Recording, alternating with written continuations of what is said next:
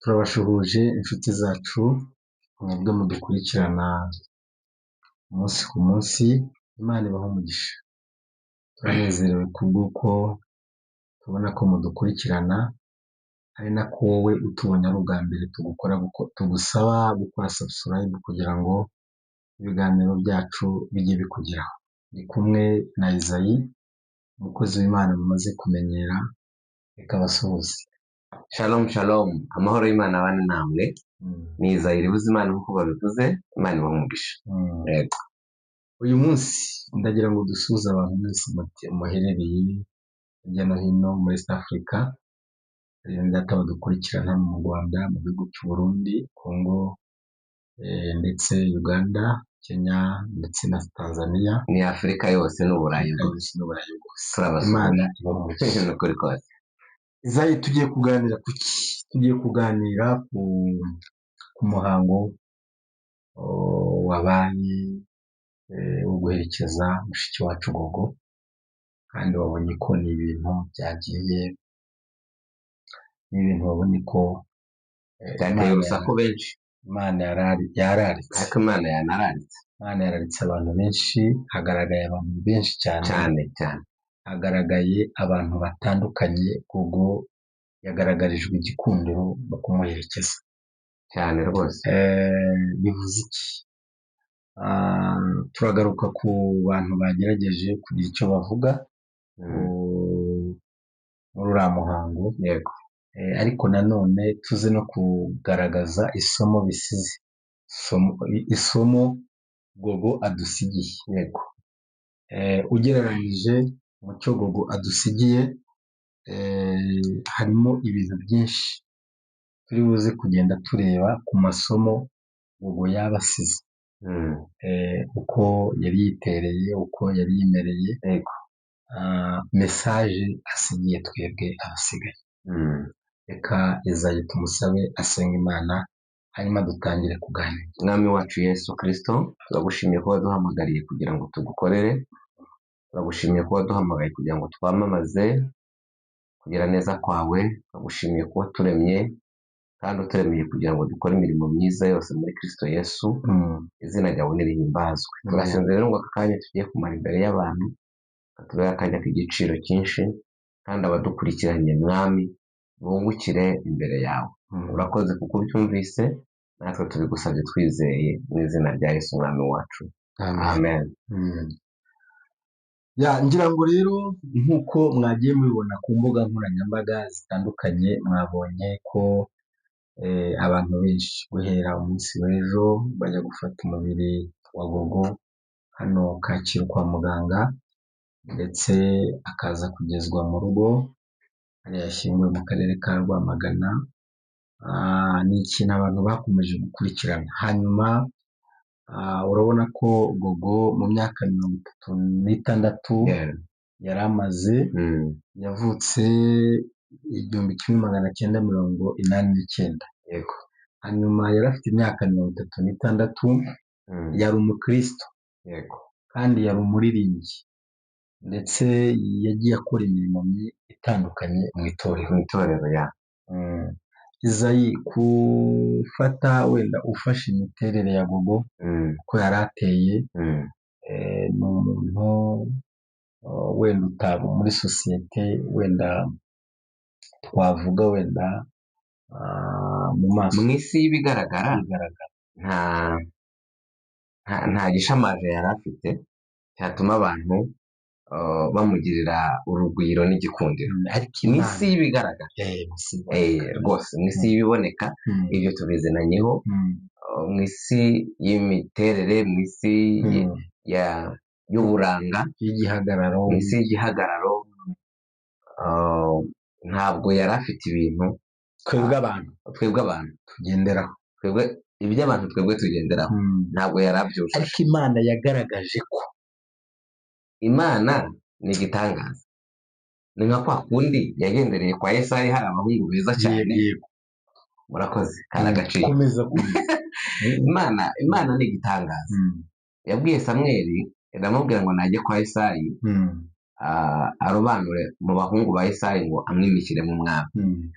bibiliya ivuga ko Yesayi yari afite abahungu 7, na Dawidi wo ku ruhande wa munani, yego. ari nawe umuhererezi. Noneho abo bahungu bose bari bakaze mu nzego za leta, mu nzego za gisirikare, bari abantu no mu gihagararo, no mu kirere cyabo, no mu bugange, no mu bwenge, no mu myigire n'amahugurwa atandukanye, mbese bari abantu babereye ubwami.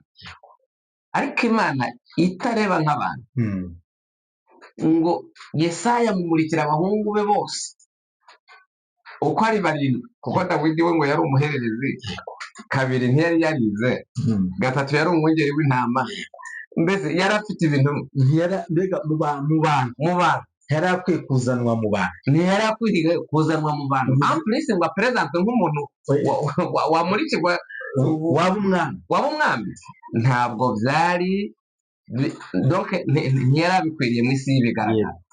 Ariko Imana itareba nk'abantu, kuko wibuke ko Imana yabwiye Samweli, iramubwira ngo abantu bareba ubwiza bugaragara bw'inyuma, ngo bakareba n'uburebure bw'umuntu, ikirere cy'umuntu, ngo ariko jyewe Uwiteka ngo ndeba hehe? Mu mutima.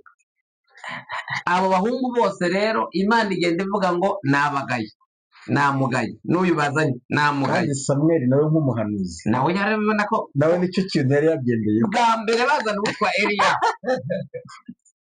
yaravuze ngo ni ukuri Uwiteka yimikishije amavuta, n'uyu arebye amapinye, arebye demarishe yiwe, aravuga ngo imigendere ye ibereye no kuba perezida, no mu maso he, uburyo ari poze nk'umuyobozi, iyo avuga so aravuga ngo ni ukuri Uwiteka atoranirije kwimikishwa amavuta n'uyu nguyu. Uzi Imana itaza kumanuka, Samweli yaragiye kumwimika, ariko hanyuma Imana imanuka, agenda azati wapi, Imana ivuga ngo oya namugaye. Abantu bareba ku bigaragara, ariko jyewe ndeba hehe? Mu mutima. Rero niyo mpamvu mu bwami bw'Imana, Imana ntabwo igendera ku masura yacu. Yesaya akavuga ati aha, uyu niwe wize amashuri menshi, uyu yarayize, yize mu mategeko, yize leadership, yize ibintu by'ubuyobozi, urumva, akaba perezida neza, ariko Imana iragororotse yemwe. Uyu niwe yatsindaga mu ishuri, afite distinction kuri diplome ye, ariko Imana ngo namugaye. 7 bose irabahetura, namugaye. Samweli aravuga gusa ko abahungu bose barangiye, nta wundi. Ati Yesayi aravuga ngo rero karahari, cyakora kitwa Dawidi nyine, ariko kibera mu ishyamba. Kandi uburyo mbizi ko abantu bashaka kwiyamamariza kuyobora igihugu, ntabwo Dawidi, ntabwo niriwe mukuzanira, kuko ntabwo abimeri. Samweli aravuga ati rero muce kukazana turebe niba hari icyo Imana iri bukavugeho, ngo kagihinguka. Aleluya, amen. Imana ibwira Samweli ngo haguruka vuba umwimikisha amavuta, kuko uwo nashakaga n'uwo arahageze. Nubwo imbere y'abantu yambaye ibikoti, nubwo nuko ubutamatama, ariko muri we afite impumuro y'Imana, muri we afite umutima uhuye n'uko nshaka. Kuko Dawidi ari mu ntama, nubwo yari ari mu ntama, ariko yagize umutima wo kwita ku ntama za se, agira umutima wo kumva yazigwanira ishyaka ngo hatagira ikizihutaza. Uwo mutima yari ari kumwe rero, yari ari kumwe nawe mu ishyamba mu ntama, niwe Imana yagendeye, nshingiye ku kuntu yita kuri izi ntama, akazirindira umutekano, agakora ibi n'ibi n'ibi, akazikuyakuya. Uyu nguyu mushize mu bantu banjye, uko yakoreye izi ntama niko yagirira abantu banjye. Ubwo twarimo dufata urugero rwa Bibiliya, uburyo Imana itoranya. Hano mu Rwanda hari abahanzi benshi ba gospel, bafite amajwi meza, bafite indirimbo nziza dukunze, ariko batabonye ariya mahirwe yo kuba batumirwa batumirwa ngo mu mahanga ahure, social media zihure zihure, cyane. usange Gogo yaragiye kabiri muri Uganda, muri ayo inshuro ebyiri yabaye inshuro ya kabiri ajya Uganda, kandi atumiwe agiye mu ivugabutumwa, mu butumire. Ntibabyumva, hano hari abahanzi ayo mahirwe batararenga mu Rwanda, bakunzwe bazwi cyane, ariko batararenga mu Rwanda. barahari nyine kandi baririmba pe. Oya nanjye ndabazi, n'abantu ntibabigireho ikibazo. Turabizi ko harimo abantu bafite indirimbo nziza zinari muri studio zasohotse, ariko batararenga. Ikintu Imana yagaragaje ko umuntu itoranyije imuzamura ikamushyira hejuru, nk'uko wenda tukarutiremo gakeya abantu batakumva nabi.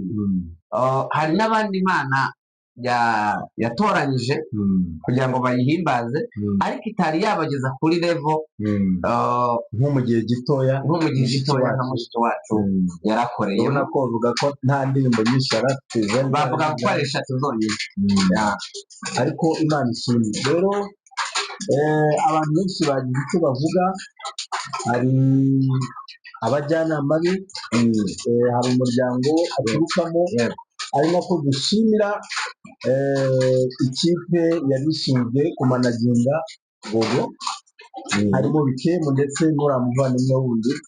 Imana ibamugisha cyane. Hanyuma ikindi kintu cyakoze abantu ku mutima, kubona ikipe iturutse Uganda, ikipe yaturutse Uganda ikaza, bumva bafashe amahoteli, bagira gutyo, batanze amafaranga kuza guherekeza Gogo. Ni ikintu gikomeye cyane kabisa. Hanyuma hagiye hagaragara abanyamakuru benshi, hagaragaye abakozi b'Imana batandukanye, abaririmbyi baririmbanye na Gogo, abanyamasengesho bavugaga ukabona ikiniga kiragufasha. Hanyuma wabonye ko abantu benshi cyane, ingeri zitandukanye, abasitari benshi hano i Kigali bagerageje uburyo bwo gutera intambwe baba hafi y'uriya muryango. Ariko ku cyagiye kigaragara ni uko Gogo yagaragarijwe urukundo, ni uko wagiye wenda batareba abantu bamuri inyuma, ariko abantu benshi abagihumeka babibonye ko abantu rwose, abantu aho bavuye mu ntara zitandukanye z'igihugu n'abavuye hanze y'igihugu, bose bagaragaye, kandi rwose Uwiteka abasubirize.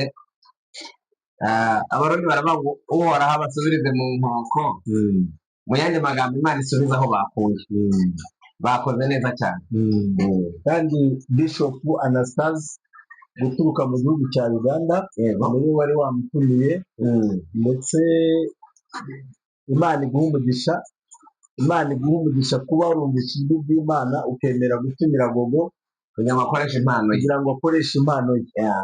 Imana iguha umugisha, ndetse dushimire umuntu bita Bikemu wa Yesu, yakoze ibikorwa. Gogo mumenya bwa mbere narebye kuri channel ya Bikemu, niho nabone yararirimbira Imana ndahwera, ndavuga na Imana ni igitangaza. Ni kuri Bikemu yarakoze ko nawe ari mu bantu kuri channel ye ikurikiranwa, kuba yarazamuye Gogo muri buryo bwa muzike, nawe turabimushimira vraiment. Nawe Imana imuhe umugisha. Ikindi urabona ko no guherekeza Gogo Bikemu yashyizemo imbaraga nyinshi cyane, yabikurikiranye ku rwego wabonaga banamuhaye n'ijambo ryo kuvuga yariraga. Yasobanuraga ukumva ikiniga. Arebye icyagaragaye kuri Bikemu ni nko kuvuga ngo agiye urwego numvaga nashaka kumugeza rutagezweho. Urebye kuri manager na Bikemu, iriya kipe yose yarishinzwe kumanaginga Gogo. Urebye nuko bavuga bati urwego twifuzaga ko Gogo ageraho agiye tutararugeraho. ku rwego hari n'indirimbo yari yakoze itari yasohoka bayikurikiranye kugeza ubwo bayisohoye. Bishatse kuvuga ngo nk'uko Gogo yari atangiye kuzamuka, yari afite abantu b'amaboko kuri we kugira ngo agere aheza.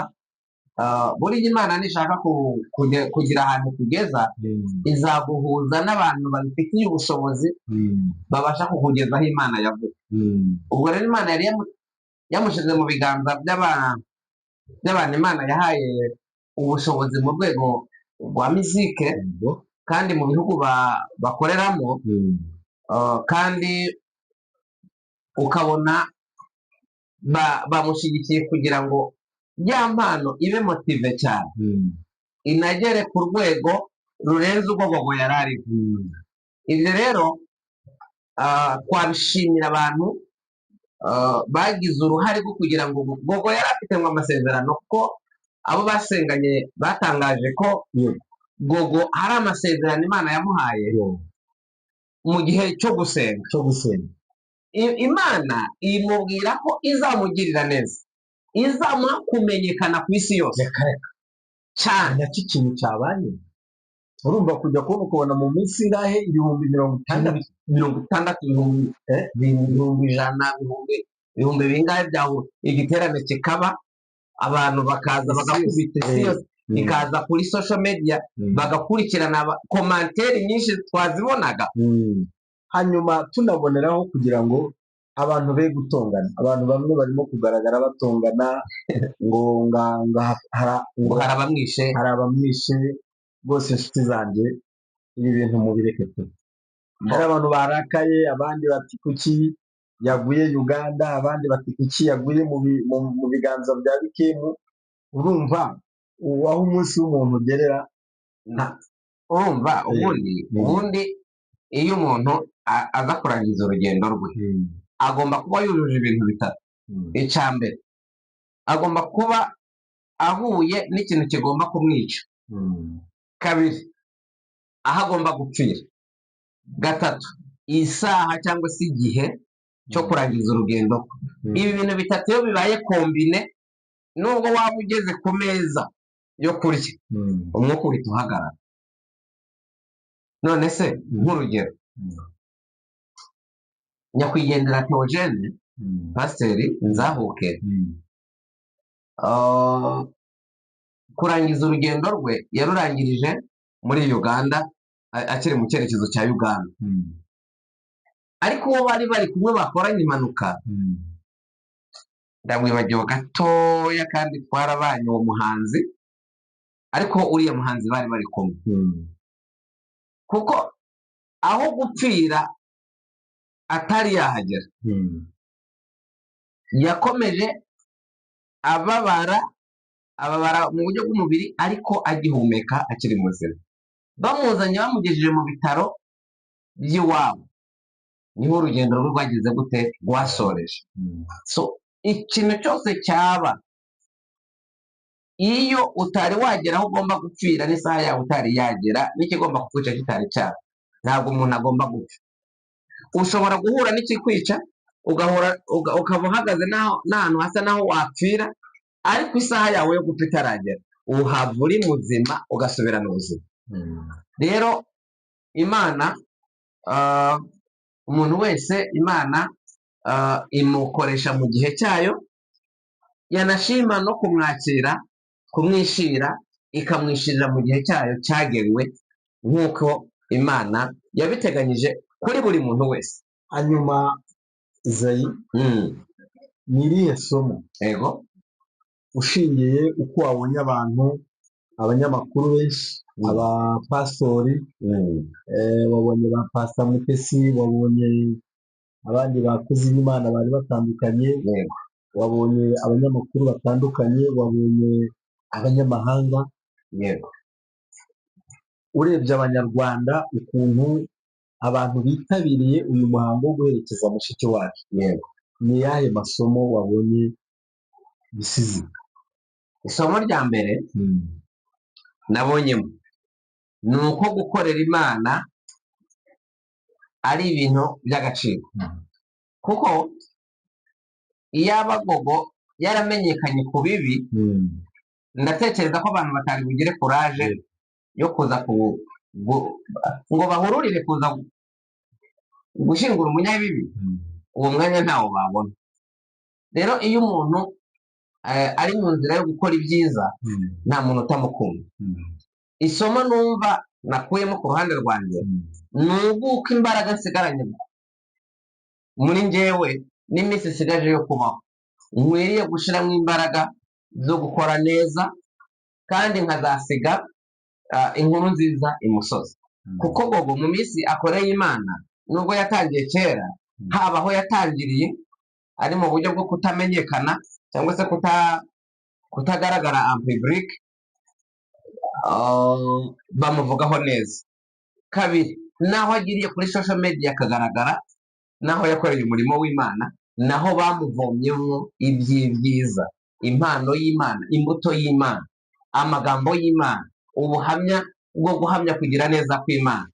Umuntu wese rero yareba Gogo n'ibyo Imana imukoreye akavuga ngo Imana igira neza. Urimo urabyumva? Nigeze nabwira abantu ngo nta muntu wakoreye Imana uzagwa ku gasi. Ngo uribwe n'inkongoro, wapi, Imana izakwegeranya igutware mu cyubahiro nk'umuntu wakoreye iki? Imana. Rero gukorera Imana bitanga icyubahiro, nabyo numva nabikubwira ko mu isomo rya kabiri nkuyemo ni uko iyo wakoreye Imana, Imana iguha icyubahiro mu mwanya wawe urimo wose, uko uresha kose, uko ungana kose. Iyo wakoreye Imana, nahise nibuka ijambo Yesu yavuze ngo umuntu nankorera data azamuha icyubahiro. Gogo atashe mu cyubahiro, yakoreye Imana yicazwa aho abandi basa babandi bita ko ari beza cyane bagaragara neza. Gogo yicaye mu ntebe abandi baticayeho, yahagaze ku gatuti abandi batahagazeho, yatunzwe amakamera abandi atabatunzweho. Uranyumvise? Yaririye aho bamwe batari.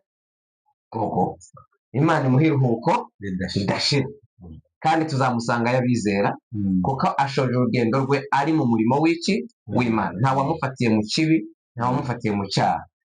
Hanyuma ikindi wenda nk'uko wari ubivuze, ngo abantu bamwe bari kubivugaho, bamwe bakavuga ko ngo bakwiriye, abo bari bari kumwe ngo bakwiriye kubiryozwa, ngo gukurikiranwa, ngo kugira gute. Ariko mu by'ukuri ku ruhande rwanjye nta mpamvu n'imwe, kuko aho bari bari ntabwo bari bari mu bintu by'ubugambanyi no kwicana cyangwa se kumuhemukira, bari bari mu murimo w'Imana. So icyica umuntu rero ntakigendana, sibyo? Buriya abantu tujye twirinda no kuvuga, kubera ko naje ndibuka igihe kimwe, ni mu mwaka wa kangahe, muri Karongi hagwa imvura ikomeye cyane, n'ejo bundi mu mwaka ngira watambutse. Umuntu yabaga yiryamiye n'umuryango ameze neza. 2023 banza ari 2023, ejo bundi mu myaka 2 itambutse. Umuntu akaba aryamye n'umugore we n'abana mu kindi cyumba, imvura yagwa, agatungurwa no kubona inzu ibagwiriye, umuryango wose wari uri muri iyo nzu ukagira gute? Ukazima. Cyangwa se hakarokokamo cyangwa inkuta zikagwira abana, ababyeyi bagasiga. Ibyo rero ntabwo umuntu yabaga yagize gute? Yabiraraye. Nose ubwo ahita haza ngo umuyobozi w'umudugudu ngo ntaryozwa bishwe n'imvura. Rero cyangwa se minisiteri y'ibiza ngo bayikurikirane, ngo kuki aba bantu ngo bahitanwe n'ibiza kandi mubishinzwe. Oya, ntekereza rero ko abantu dushaka twavuga tuziga, tukavuga amagambo akwiriye, kuko nta muntu n'umwe mu basa n'abarimo baravuga ngo yaguye mu maboko ya BKM, ntawe wigeze amubona arimo aramuniga, ntawe wigeze kumubona arimo aramukorera ikintu gisa nkaho ari ukumwambura ubuzima, ahubwo nk'uko byagaragajwe kandi nk'uko byagaragajwe n'abaganga, yuko yari afite uburwayi akaba aribwo bumuhitanye, vraiment ntekereza ko dukwiriye kwirinda mu mivugire kugira ngo na bene data babanye na gogo we yamaze kwambuka ariko abavandimwe bo barasigaye. Ntekereza ko rero iyo habaye ikintu nk'icyo, iyo havuzwe amagambo yo gusesereza kandi umuntu ataragize n'uruhare wenda mu rupfu rwa nyakwigendera, bitanga igikomere, arababara kandi yarakoze ibishoboka byose ngo akore icyiza ku muntu, ariko abantu bakaba barimo baramumenasira amacumu y'amagambo bavuga ngo ndamuryozwe bigire gutya na gutya, yaguye mu maboko ye, byagize gutya na gutya, kandi mu by'ukuri nta ruhare na rukeya yaragize gutya yarabifitemo. Izayi, dushimire abantu bose bateye intambwe bagaherekeza mushiki wacu, bagafata urugendo rukomeye bakava hano i Kigali bakajya hariya mu karere ka Rwamagana hariya yashyinguwe. Abantu bose bagaragaje umuhate n'imbabazi zo kuba hafi y'umuryango w'abantu, twavuga ngo Imana ibamugisha kandi ihe n'umugisha ubuyobozi bwacu bw'igihugu cy'u Rwanda, kuko akarere ka Rwamagana kahagurukije imodoka y'akarere bajya ibitaro,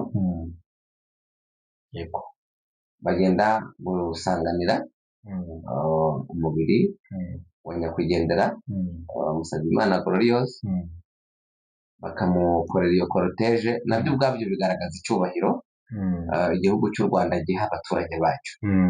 Turabashimiye abayobozi kuko twaranabibonye no mu gihe cya Theo, ubuyobozi bw'u Rwanda bwarahagurutse, habaye ibintu byinshi. Ndibuka n'igihe kimwe hari abapasiteri bakoze impanuka ikomeye, igihugu cy'u Rwanda cyohereza indege kujya kwa intervene ngo bazanwe mu bitaro mu buvuzi. Hari ni korali ambasada hari harimo n'abashumba yakoreye impanuka Tanzania, indege ijyayo kajugujugu. ariko yewe abayobozi murambe, tubasabye umugisha aho muherereye hose, umuntu wese mu rwego rwe agira umugisha w'Imana kandi umutima uragahoraho. Reka dusoze dushimira abantu mwese mudukurikirana.